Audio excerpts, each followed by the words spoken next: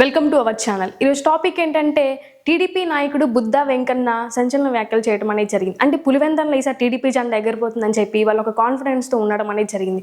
అసలు పులివెందనలో political graph ఏ రకంగా ఉందో ఒకసారి మనం తెలుసుకుందాము. అంటే 2014 నుంచి అంటే 2004 నుంచి 2019 వరకు అసలు పొలిటికల్ గ్రాఫ్ ఎలా ఉందో మనం ఒకసారి తెలుసుకుందాం. ఇక్కడ వైఎస్ రాజశేఖర్ రెడ్డి గారు ఉన్నప్పుడు ఆయన ఒక ఓట్స్ ఎలా ఉన్నాయి అంటే 74,432.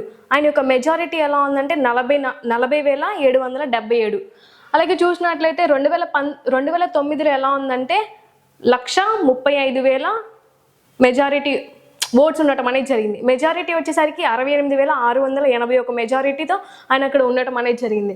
మరి ఆయన మరణించిన తర్వాత ఒక బైపోల్ అని చెప్పి అక్కడ సెక్షన్ పెట్టడం అనేది జరిగింది. ఆ సెక్షన్లో వైఎస్ విజయమ్మ గారు అక్కడ నిలబడటం అనేది జరిగింది.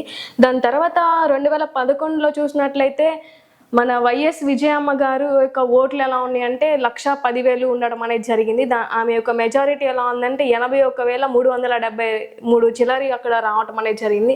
ఇంకా దాని తర్వాత 2014లో చూసినట్లయితే అక్కడ మన వైఎస్ జగన్మోహన్ రెడ్డి గారు అక్కడ నిలబడడం అనేది జరిగింది. ఆయన యొక్క ఓట్లు 1,24,576. ఆయన యొక్క మెజారిటీ వచ్చేసరికి 75,243 మెజారిటీ ఉండడం అనేది జరిగింది. మరి అదేవిధంగా 2019లో ఆయన ఎలక్షన్స్ జరిగిన టైంలో ఆయనకి ఓట్స్ ఏ రకంగా వచ్చినాయి అంటే 132,357 ఓట్లు ఆయనకి రావటం అనేది జరిగింది. అలాగే మెజారిటీ 90,110 మెజారిటీ ఆయనకి రావటం అనేది జరిగింది. మరి ఆయన యొక్క గ్రాఫ్ని ఆయన పులివెందల్లో మీరు చూశారు కదా. అసలు ఈ యొక్క టేబుల్ మీకు చూపించడానికి కారణం ఏంటంటే అసలు పులివెందులలో వైఎస్ యొక్క గ్రాఫ్ అంటే జగన్మోహన్ రెడ్డి గారి యొక్క గ్రాఫ్ ఏ రకంగా ఉందో మీకు ఒక ఉదాహరణ ఇక్కడ తెలియచేయడానికే మేము ఇది మీకు చూపించడం అనేది జరిగింది.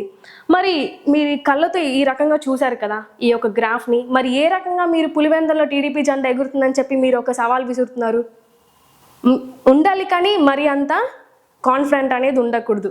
ఇంకా చూసినట్లయితే పులివెందులలో వైఎస్ యొక్క కుటుంబం ఒక కంచి కోటలాగా ఉండటం అనేది జరిగింది. అంటే వాళ్ళ ఒక స్ట్రాంగ్ కాన్స్టిట్యున్సీలో వాళ్ళు అక్కడ ఉండటం అనేది జరిగింది. మరి అలా ఉన్న వ్యక్తిని మీరు ఏ రకంగా మీరు సవాల్ విసురుతారు? ఏ రకంగా మీరు కాన్ఫిడెన్స్తో ముందుకు వెళ్ళి ఈసారి టీడీపీ యొక్క జెండా పులివెందులలో ఎగురుతుందని చెప్పి మీరు ఏ రకంగా చెప్పగలరు కదా? మరి అంటే జగన్మోహన్ రెడ్డి గారికి మీరు ఏ రకంగా సవాల్ అయితే చేయలేరు. ఎందుకంటే ఈసారి మరలా పులివెందులలో వైఎస్ గారి యొక్క జెండానే ఎగిరిద్ది కానీ టీడీపీ జెండా ఎంత మాత్రం ఎగరదు. అంటే మీరు కాన్ఫిడెంట్గా చెప్పారు కదా. ఎవరు? మా బుద్ధా వెంకన్న గారు. అసలు ఈ మెజారిటీ ఇన్ని ఓట్స్ మీకు వచ్చినాయా? మీకు రాలేదు. మీరు రానప్పుడు మీరు ఏ రకంగా చెప్పగలరు ఈ మెజారిటీ వస్తుంది ఈసారి కాన్ఫిడెంట్గా పులివెందులలో మా జెండానే ఎగిరిద్దని మీరు ఏ రకంగా కాన్ఫిడెన్స్గా చెప్పగలరు? మీ ఉన్న స్టేట్లో మీరున్న ప్రాంతంలో మీకు అసలు ఇలాంటి ఓట్స్ వచ్చినాయా? ఇలాంటి మెజారిటీ మీకు వచ్చిందా? రాలేదు కదా. మరి రానప్పుడు ఇలాంటి సవాళ్ళు అనేది చేయకూడదు. కాబట్టి ఈ యొక్క వీడియో మీరు చూశారు కదా. మరి ఈ వీడియో మీకు చూసినట్లయితే లైక్ చేయండి, షేర్ చేయండి, కామెంట్ చేయండి.